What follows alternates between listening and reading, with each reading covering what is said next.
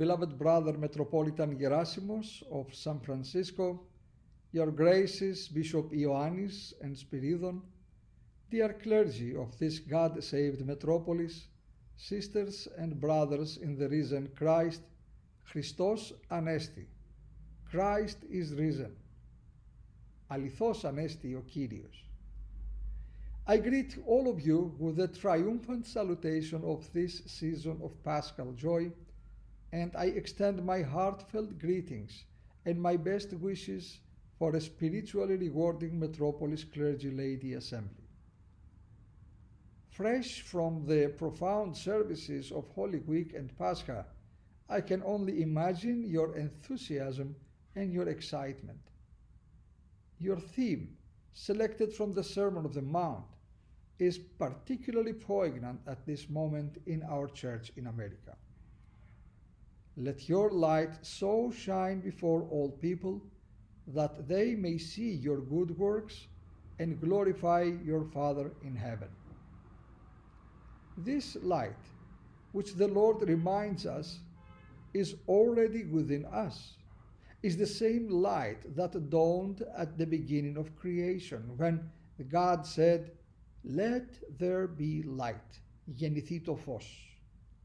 And it is the same light that shone forth in the resurrection of our Lord Jesus Christ, a recreation moment of our shared humanity.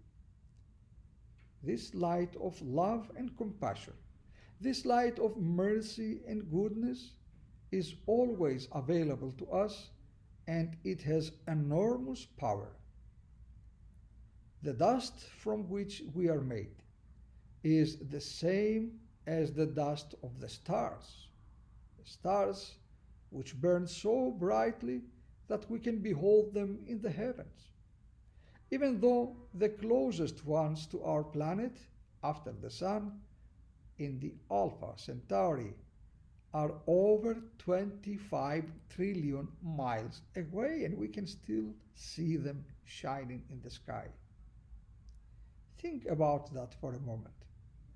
We have the same light residing within our hearts. But as the Lord said, we must allow our light to so shine. God does not force us to be brilliant as the galactic bodies are in their nature. Our nature is one that we must choose to be brilliant. And when we make that choice, then God provides us the grace and the means to achieve it.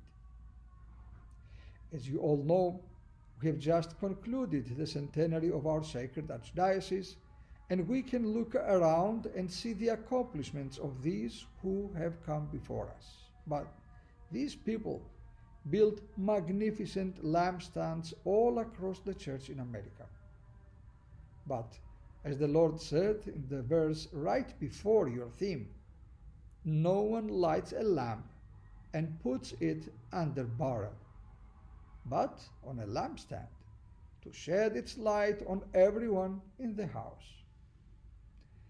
And here is the challenge for the next century of our church: what lamps to light and how to project this light from the lampstands of our church communities. I believe that we must light the lamps for our own generations first, meaning we must preserve and educate our young people with every aspect of church life and faith. Here, the metropolis of San Francisco, the FDF is a marvelous container for bringing your young people together in a setting of cultural excellence and spiritual protection. The event engages your participating parishes year-round as they prepare, and it is a wonderful model of how we can take extraordinary happenings in the life of our church and make them part of the ordinary rhythm of our communities. This must be a priority for our churches from coast to coast, finding ways and means of engagement for our youth, renewing in them the light from the godparents and parents so that they will carry the light of Christ forward in their own lives. But there is more than that. Your theme calls us to shine our light before all people. Yes, it does say before men in English, but remember in Greek it says embrosten ton anthropon, which means anthropy, everyone, for we are all anthropy. So the question remains, how are we going to engage the world around us with the light of Christ that resides in our hearts? What lampstands are we going to build throughout our communities to manifest the love of God for all people? What is our vision for the next century of our ministry right here in America? I'm hopeful that your assembly might take up this challenge among yourselves and develop a whole range of ideas. We know that orthodoxy in the United States does not have a sizable footprint of philanthropy and social programming outside of our community. Is this an orientation that is productive?